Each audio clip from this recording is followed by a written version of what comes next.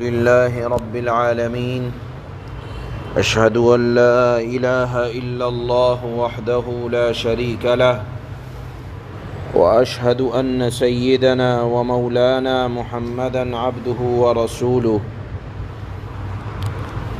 باب النهي عن الفحش وبذاء اللسان عن ابن مسعود رضي الله تعالى عنه قال قال رسول الله صلى الله تعالى عليه وسلم ليس المؤمن بالطاعان ولا اللعان ولا الفاحش ولا البذي رواه الترمذي وقال حدیث حسن۔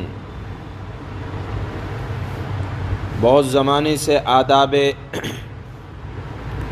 گفتگو بیان ہو رہے ہیں کہ کامل مومنوں کے آداب یا کامل مومن کی گفتگو کا طریقہ کیا ہوتا ہے،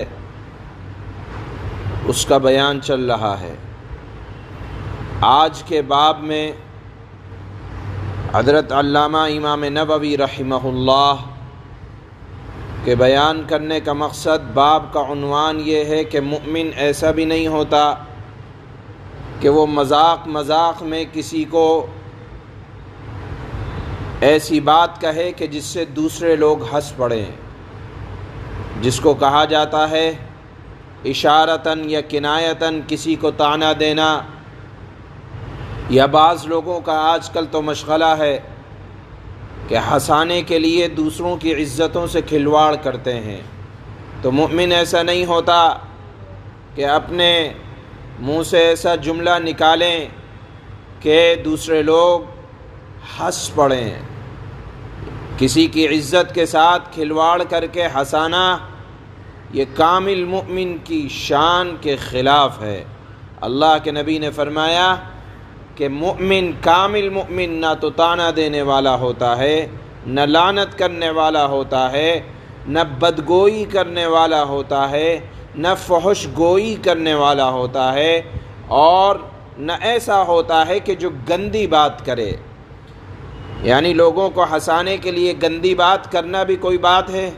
یہ مومن کی شان کے خلاف ہے، گویا کہ یہ حیا کے خلاف ہے، اور مومن تو باحیا ہوتا ہے، عزتوں کے ساتھ کھلواڑ نہیں کرتا مومن۔